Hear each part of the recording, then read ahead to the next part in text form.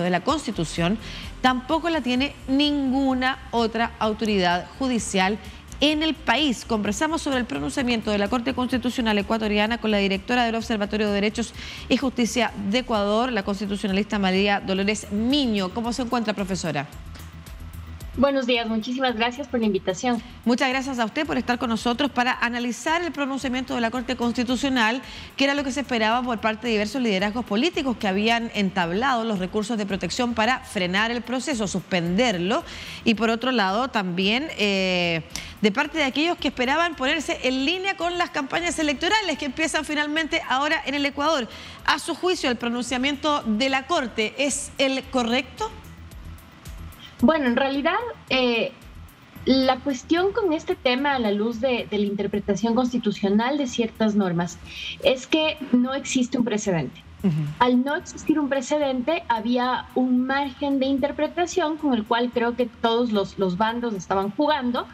Y finalmente, el día de ayer, la Corte Constitucional zanja algunos debates alrededor de la posibilidad de conocer o no por vía constitucional, específicamente por vía acción de inconstitucionalidad, el decreto por el cual se declara esto que nosotros en Ecuador informalmente les llamamos la muerte cruzada.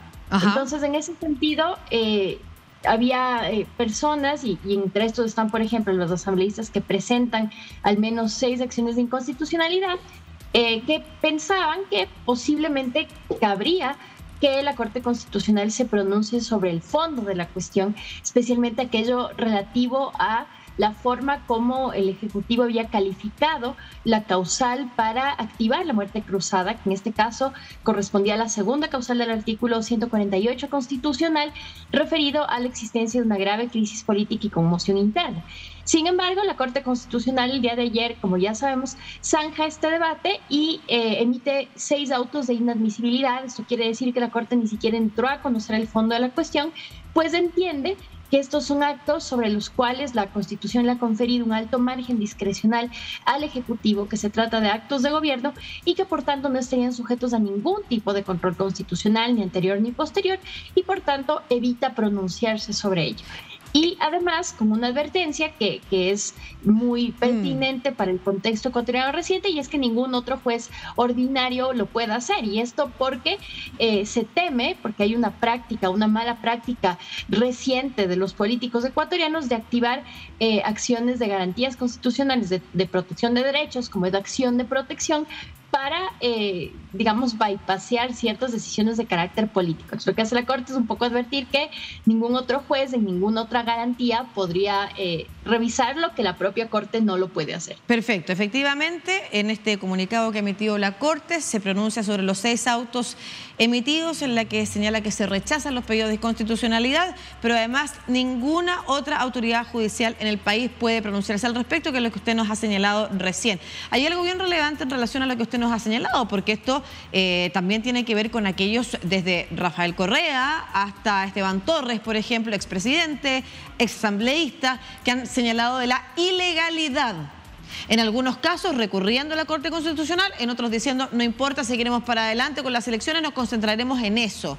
Y por eso es relevante lo que usted nos dice. La Corte ha decidido no pronunciarse sobre el fondo, específicamente sobre si hay o no argumentos para considerar que aquella parte del artículo que le permite, del artículo 148 de la Constitución, que le permite a Guillermo Lasso, el presidente ecuatoriano, efectivamente activar la muerte cruzada, corresponde a los argumentos que efectivamente él ha entregado además posteriormente. Hay quienes cuestionaban aquello, que no existía tal conmoción nacional, pero usted nos dice que el mismo artículo es tan amplio que entonces la Corte evita pronunciarse sobre el fondo, si hay coherencia o no entre los argumentos, sino que dice sencillamente hay discrecionalidad, y eso específicamente sería bueno que usted lo explicara. ¿Qué significa la amplia discrecionalidad o el criterio que se le entrega finalmente al propio presidente para que establezca cuándo hay o no conmoción nacional? Efectivamente, el artículo 148 lo que hace es establecer 3 causales sobre las cuales el presidente podría llamar a esta figura de la muerte cruzada. La primera causal es si a criterio del presidente la Asamblea se ha arrogado funciones que no le corresponden. Y el artículo 148, con respecto a esta primera causal, dice: esta primera causal tendrá control constitucional previo, con dictamen previo. Con respecto a las otras 2 causales del 148, grave crisis y conmoción interna o obstruir el plan de gobierno, el artículo 148 no dice nada de ningún tipo de control. Entonces, esta ausencia, digamos, de especificidad con respecto a un posible control, habría el debate de, bueno, quizás no hay un control previo, pero podría haber un control posterior vía acción de inconstitucionalidad, posiblemente. Y esta es la razón por la cual al menos 6 grupos, entre ellos algunos legisladores, decidieron presentar pues las inconstitucionalidades. ¿Qué es lo que hace la Corte Constitucional? Y esto es muy importante tener en cuenta a propósito de entender cuál fue el alcance del dictamen del día de ayer. Lo que hace la Corte Constitucional es decir, mire, como el propio artículo 148 no nos da esa facultad, hay que creer que si el constituyente hubiera deseado que nosotros realicemos un control constitucional anterior o posterior, lo hubiera puesto ahí. Es bien porque de hecho eso lo hace con respecto a la primera causal. Es bien importante entonces, lo que usted señala, perdón doctora que en este momento la interrumpa, cuando usted dice es muy importante señalar que si el constituyente, o sea, se refiere a quienes redactaron la Constitución, hubieran establecido que era importante poner criterios, las hubieran puesto como pusieron en la primera causal. Y esto se lo pregunto porque cuando una Corte Constitucional o un Tribunal Constitucional efectivamente dicta sentencia, hay 2 áreas que quiero referirme, que es también a la capacidad política de también que puede tener una Corte Constitucional a la hora de emitir un decreto. Pero en este caso me quiero referir a la interpretación. No solamente se basa en la literalidad de lo escrito, sino que también en qué fue lo que motiva, lo que muchas veces está en las actas de las reuniones, ¿no es cierto?, o en las asambleas, ¿no es cierto?, mediante las cuales se redactaron los artículos de la Constitución, para decir qué quiso decir el constituyente, el órgano constituyente cuando estableció esto. En ese sentido, ¿a ustedes les parece adecuado lo que efectivamente ha terminado resolviendo la Corte en torno al artículo 148? ¿O usted cree que la Corte pudo haber también establecido criterios que permitieran afinar un artículo que para muchos es demasiado amplio?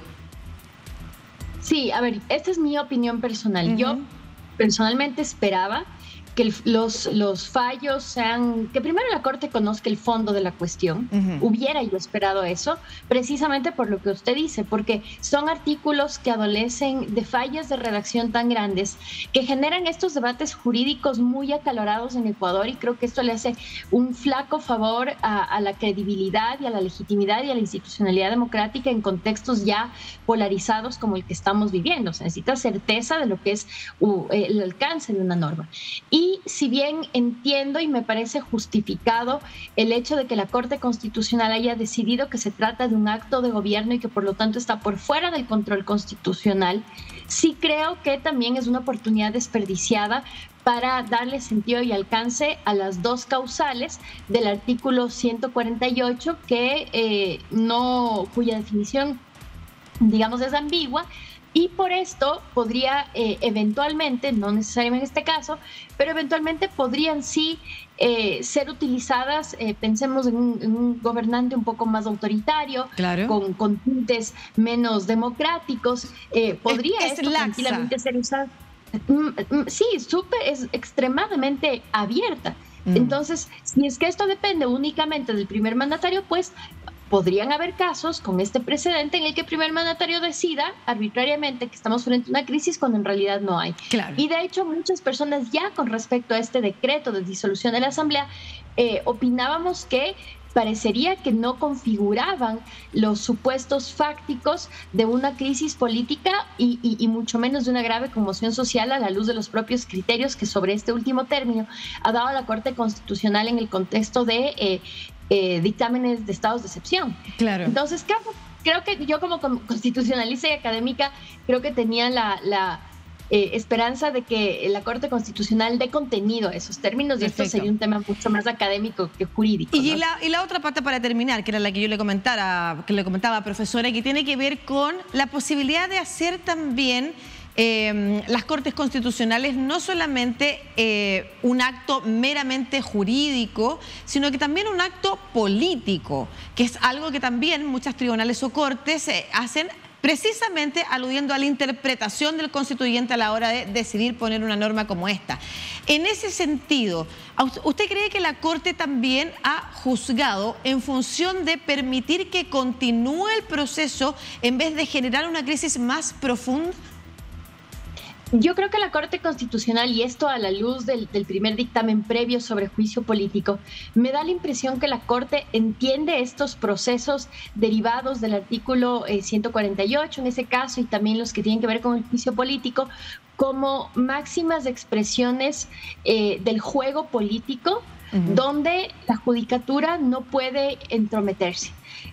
Igual, cuando fue el dictamen del juicio político, uno ve que la Corte hace un mejor esfuerzo como para que esto se decante por la vía política, y creo que el argumento de la Corte es que hay actos de una naturaleza tal que no le corresponde a ella intervenir mayormente, sino hasta donde la Constitución expresamente le faculta, como el dictamen previo del juicio político, por ejemplo.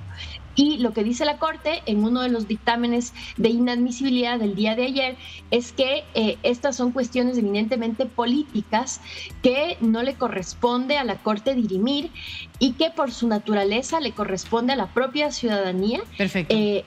El proceso real de estos decidir. Y como dice la Corte, la ciudadanía decidirá la actuación del Ejecutivo eventualmente cuando vuelva a ir a las urnas y si la propuesta política se vuelve a poner sobre la mesa. Perfecto. ¿Qué podría uno discutir a la luz de lo que es un Estado de Derechos y Justicia? Y sin un Estado de Derechos y Justicia debería haber algún acto del poder público que no esté sujeto a control judicial, pero esto ya es un debate más bien teórico, ¿no? Claro, desde alguna forma, pese a que pudo haber aprovechado la Corte Constitucional de pronunciarse y darle más forma a este artículo que muchos consideran demasiado vago, al mismo tiempo lo que hace es permitir que la democracia y las fuerzas políticas sean las que continúen el proceso. Eso también es un punto de vista interesante desde el rol que tienen que cumplir las Cortes y los tribunales constitucionales en los distintos países. Muchas gracias, doctora María Dolores Mirio, directora del Observatorio de Derechos y Justicia de Ecuador, constitucionalista y académica, conversando a esta hora sobre el pronunciamiento de la Corte Constitucional ecuatoriana que da luz verde al proceso electoral, aprobando entonces, o rechazando